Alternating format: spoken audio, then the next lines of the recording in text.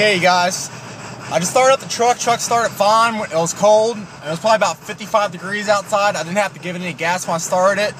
And I drove it for probably about 10 minutes. I drove it to the gas station. They're out of diesel. And drove another mile down the road to go to the next gas station. And it just started out of nowhere. I was driving, I had the gas on, and it started shaking real violently. And I just came to a stop here at the traffic light. And you can hear the idle. It's idling pretty high.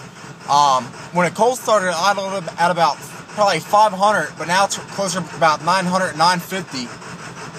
It's got a lot more power now that it's idling rough, because before it seemed like it didn't have very much power, but now that it's idling rough, it has a lot more power to it. So again, if you guys input any suggestions help, I'd much appreciate it. Thank you.